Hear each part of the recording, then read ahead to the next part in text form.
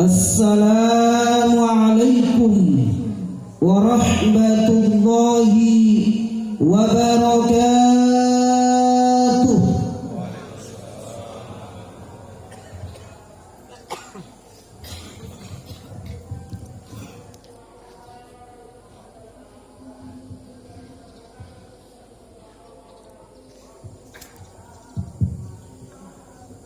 Allahu Akbar, Allahu Akbar, Allahu Akbar, Allahu Akbar, Allahu Akbar, Allahu Akbar, Allahu Akbar, Allahu Akbar, Allahu Akbar kabira, walhamdulillahi katsira, wa subhanallahi bukratan wa asila, la ilaha illallah, wallahu akbar, Allahu akbar, walillahil hamd. Alhamdulillah, alhamdulillah, nahmaduhu wa nasta'inuhu wa nastaghfiruh, wa na'udzu billahi min shururi anfusina wa min sayyiati a'malina. Man yahdihillahu fala mudilla lahu wa man yudlil fala hadiya lahu. Ashhadu an la ilaha illallah wahdahu la syarika lah, wa ashhadu anna Muhammadan abduhu wa rasuluh.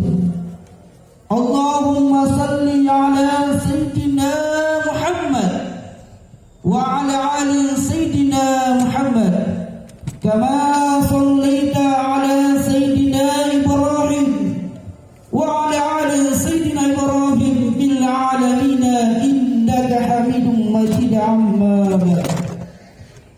Fa ya ibadallah, ittaqullah, ittaqullah, ittaqullah haqqa tuqatih, wa la tamutunna illa wa antum muslimun.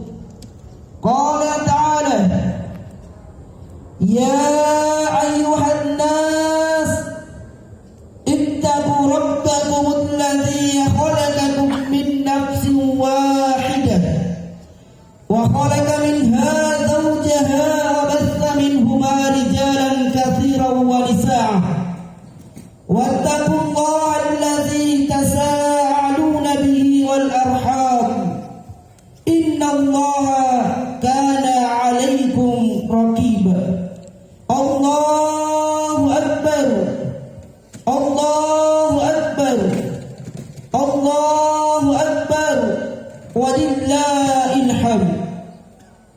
Pada hari ini ratusan juta manusia dari berbagai etnik, suku dan bangsa seluruh penjuru dunia bersama-sama menggembangkan pujian keagungan kepada Allah Subhanahu wa ta'ala, sehingga bumi dan langit di sekitar kita bergemur syahdu dengan suara takbir, tahlil dan tahmid.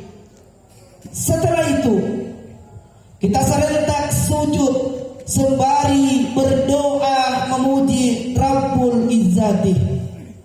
Karena itu, melalui mimbar ini saya mengajak kepada diri saya sendiri dan juga hadirin wal hadirat jamaah Idul Adha yang dirahmati oleh Allah Subhanahu wa ta'ala.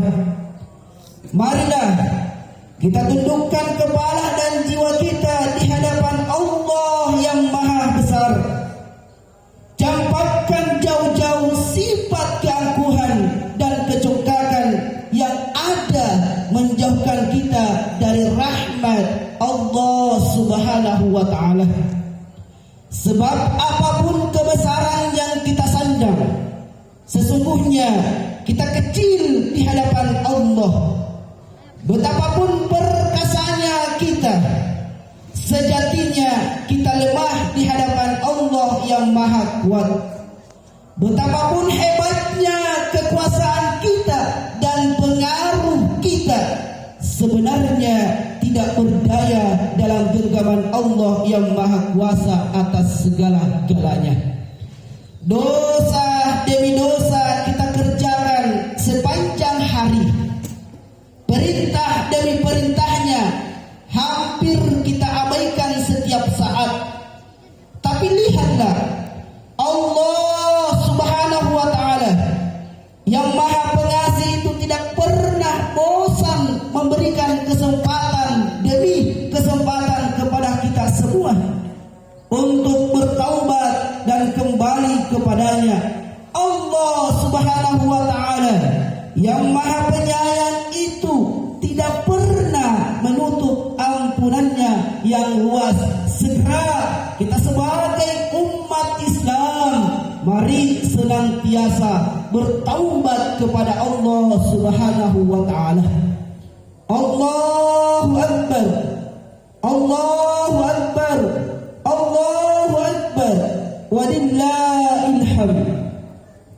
Kini mentari 10 Zulhijjah 1443 Hijriah telah terbit. Putih berserai awan yang menggeraknya, seperti busa air di laut, seperti kerudung ibu-ibu yang mewarnai tempat salat Id, seperti wajah di balik kerudung itu, seperti hati yang di balik dada. Tiada noda dan tiada setitik noktah, ibarat kertas tabula rasa, sunyi dan suci dari dosa karena habis salat Id. Allahu Akbar, Allahu Akbar, Allahu Akbar, walillahil hamd. Alhamdulillah, hari ini kita bersama-sama berhari raya Idul Adha. Idul Adha dikenal dengan sebutan Hari Raya Haji, di mana kaum muslimin sedang menunaikan ibadah haji yang utama, yaitu wukuf di Arafah. Mereka semua memakai pakaian serba putih dan tidak berjahit, yang disebut pakaian ihram, melambangkan persamaan akidah dan pandangan hidup, mempunyai tatanan nilai, yaitu nilai persamaan dalam segi bidang kehidupan. Miskin atau kaya itu sama menghadap kepada Allah Subhanahu wa Ta'ala.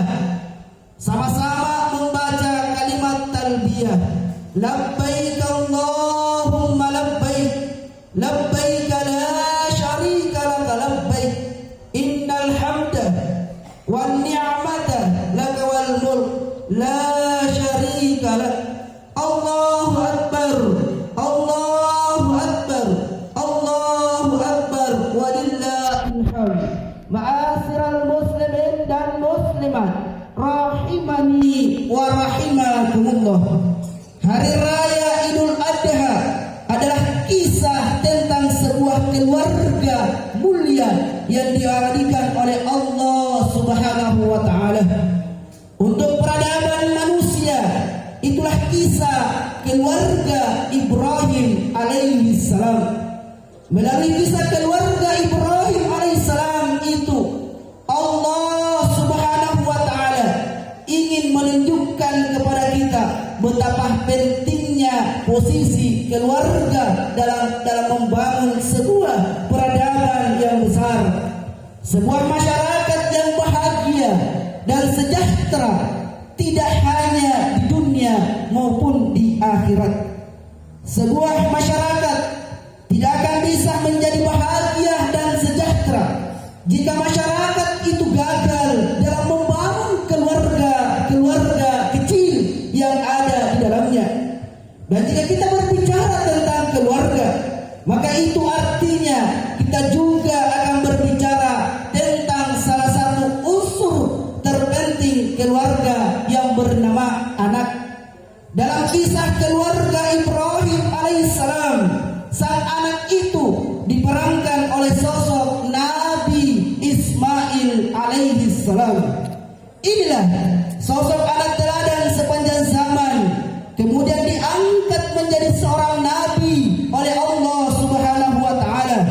Bahkan yang luar biasanya adalah melalui keturunan Nabi Ismail alaihissalam inilah kemudian lahir sosok Nabi dan Rasul paling mulia sepanjang sejarah manusia bahkan di alam semata, yaitu Rasulullah Muhammad sallallahu alaihi wasallam. Allahu akbar, Allahu akbar, Allahu akbar, walillahil hamd. Sekiranya hampir semua dari kita mengikuti bagaimana remaja kita saat-saat sekarang yang bergabung dalam geng-geng motor, mulai berani melakukan tindakan-tindakan anarkis yang tidak pernah diduga sebelumnya.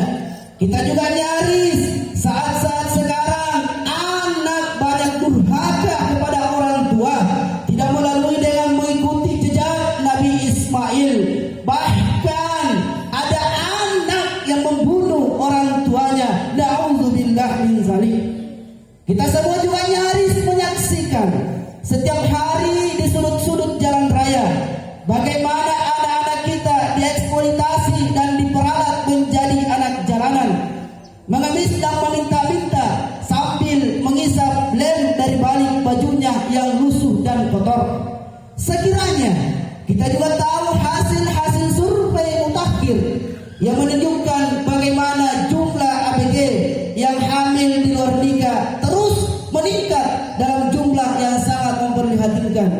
Dalam itu semua barulah segelintir masalah dalam problem anak-anak kita di masa kini. Allahu akbar, Allahu akbar, walillahil hamd. Harus kita akui dengan jujur bahwa salah satu penyebab itu terjadi semua adalah tergantung dari orang tua itu sendiri.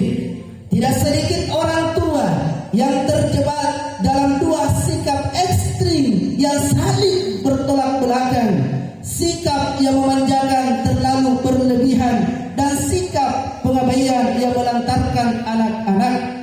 Ada orang tua yang menganggap bahwa kasih sayang kepada anak harus ditunjukkan dengan pemberian dan pemenuhan segala keinginannya. Bahkan ada juga orang tua yang memanjakan anak dengan segala fasilitas untuk mengangkat gengsinya sendiri sebagai orang tua. Ada juga orang tua lebih mementingkan segala pekerjaan di luar sana dibanding dengan mendidik keluarga anak di rumah. Pada sisi lain, tidak sedikit orang tua yang tidak peduli dengan anak-anaknya atau menunjukkan kepedulian dengan melakukan kekerasan demi kekerasan kepada anak. Karena itu, di hari yang penuh berkah ini hadirin wal hadirat, marilah kita berhenti sejenak, membuka hati untuk sejenak, belajar dari ayahanda para nabi dan rasul. Nabiullah Ibrahim alaihi salam belajar tentang betapa pentingnya nilai keluarga kita, tentang betapa pentingnya nilai seorang anak bagi orang tuanya di dunia maupun di akhirat. Allahu akbar, Allahu akbar, Allahu akbar, walillahil hamd. Pelajaran pertama dari kisah Ibrahim alaihissalam adalah bahwa untuk mendapatkan anak yang soleh, maka orang tua terlebih dahulu berusaha menjadi orang tua yang soleh. Karena siap menjadi orang tua artinya siap menjadi teladan untuk keluarga, bukan sekedar memberi makan dan mencukupi kebutuhan hari-hari seorang anak. Keberhasilan Ibrahim alaihissalam mendapatkan karunia anak soleh seperti Nabi Ismail alaihissalam adalah karena beliau sendiri berhasil mendidik dan membentuk dirinya menjadi seorang hamba yang soleh. Allah subhanahu wa ta'ala menegaskan, qad kanat lakum uswatun hasanah fi Ibrahim walladzina ma'ah. Sungguh telah ada untuk kalian teladan yang baik dalam diri Ibrahim dan orang-orang bersamanya. Pujian Allah Subhanahu wa taala untuk Nabi Ibrahim alaihissalam tentu saja didapatkannya setelah ia berusaha dan berusaha menjadi sosok pribadi yang dicintai oleh Allah Subhanahu wa taala. Pertanyaannya sekarang untuk kita semua adalah, siapakah di antara kita yang sejak awal menjadi orang tua sudah berusaha untuk belajar dan berusaha menjadi orang tua yang soleh? Apakah kesibukan kita mensalehkan pribadi kita sudah menyamai kesibukan kita mengurus rezeki dan urusan dunia lainnya? Bahkan ada seorang pakar, Profesor Dr. Abdul Karim Bakar, seorang pakar pembina anak dan keluarga, menegaskan pembinaan keluarga yang kita capai itu adalah gambaran tentang bagaimana pembinaan pribadi kita sendiri sebagai orang tua. Allahu Akbar, Allahu Akbar, Allahu Akbar, walillahil hamd. Pelajaran kedua dari Nabi Ibrahim alaihissalam adalah jika kita ingin memiliki anak yang soleh, maka bersungguh-sungguhlah meminta dan mencita-citakan dari Allah Subhanahu wa taala. Allah taala mengabadikan doa-doa Nabi Ibrahim alaihissalam tentang itu di dalam Al-Qur'an. Rabbi habli minas solihin. Ya Tuhanku, karuniakanlah untukku seorang anak yang termasuk orang-orang yang soleh. Rabbi ja'alni muqimas shalah wa min dzurriyyati rabbana wa taqabbal du'a. Ya Tuhanku, jadikan aku orang yang menegakkan salat juga dari keturunanku. Ya Tuhan kami, kabulkanlah doaku. Hadirin wal hadirat, ma'asyiral muslimin dan muslimat yang dirahmati oleh Allah Subhanahu wa taala. Mungkin banyak di antara kita yang sekedar mau memiliki anak yang soleh, tapi siapa di antara kita yang sungguh-sungguh berdoa meminta kepada Allah dengan kelopak mata yang berderai air mata? Siapa di antara kita yang secara konsisten menyelipkan doa terbaiknya untuk keluarga dan anak-anaknya? Jika kita memang sungguh-sungguh hadirin wal hadirat bercita-cita mendapatkan anak yang soleh, maka kita harus berpikir dan berusaha sungguh-sungguh pula mencari jalannya. Sama bahkan lebih dari saat kita bercita-cita ingin mempunyai penghasilan yang besar, rumah tinggal impian dan kendaraan idaman kita. Berikut ini beberapa hal yang sungguh-sungguh harus kita jalankan untuk mewujudkan impian. Yang pertama, konsisten mencari rezeki yang halal untuk keluarga. Dalam pandangan Islam, apa yang dikonsumsi oleh tubuh manusia akan berpengaruh terhadap perilakunya. Karena itu, Islam mewajibkan kepada setiap orang tua untuk memberikan hanya makanan halal yang diperoleh melalui harta yang halal kepada anak-anak mereka. Bahkan nafkah yang halal untuk keluarga akan dinilai sebagai sedekah. Rasulullah sallallahu alaihi wasallam bersabda, "Innal muslima idza anfaqa ala ahlihi kanat lahu sedekah." Sesungguhnya seorang muslim itu jika ia memberi nafkah kepada keluarganya, maka itu akan menjadi sedekah untuknya. Hadirin wal hadirat, ma'asyiral muslimin jamaah Idul Adha yang dirahmati Allah.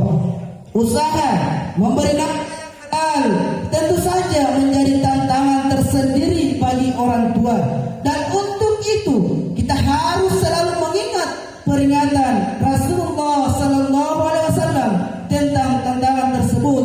Beliau bersabda yang artinya, akan datang kepada manusia suatu zaman di mana seseorang tidak lagi peduli apa ia kumpulkan, apakah dari yang halal atau dari yang haram.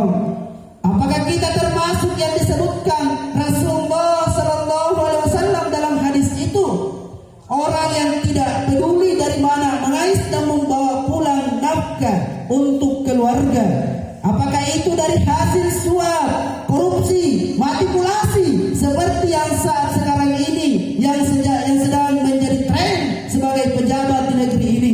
Semoga saja tidak, karena nafkah yang tidak halal tumbuh yang menjadi daging dalam tubuh. Rasulullah sallallahu alaihi wasallam telah berpesan, la yadkhulul jannah lahmun nabata min as-suhti nar awwala bih. Tidak akan masuk surga daging tubuh dari harta yang haram, karena neraka lebih pantas untuknya. Allahu akbar, Allahu akbar, Allahu akbar, walillahil hamd. Yang kedua, memberikan kasih sayang kepada anak tapi tidak memanjakannya. Pada hari ini, seiring dengan perkembangan teknologi yang nyaris tak terbendung, kita sudah tidak aneh lagi melihat anak-anak yang dibekali oleh para orang tua dengan peralatan komunikasi yang bisa apa saja, termasuk mengakses tayangan-tayangan pornografi. Di samping dampak lain seperti kecanduan, gap dan semacamnya, yang semakin merengeknya hubungan komunikasi antara anak dan orang tua. Inilah salah satu contoh kasus di mana mungkin saja kita menganggap itu sebagai bukti kasih sayang kita kepada mereka. Namun, marilah memikirkan dengan jernih bahwa bukti cinta dan sayang kita yang sesungguhnya kepada mereka adalah dengan berusaha menyelamatkan mereka dari api neraka. Allah Subhanahu wa taala berfirman, "Ya ayyuhalladzina amanu qu anfusakum wa ahlikum nar wa quduhan nas wal hijarah." Wahai orang-orang yang beriman, jagalah diri dan keluarga kalian dari api neraka yang bahan bakarnya adalah manusia dan batu.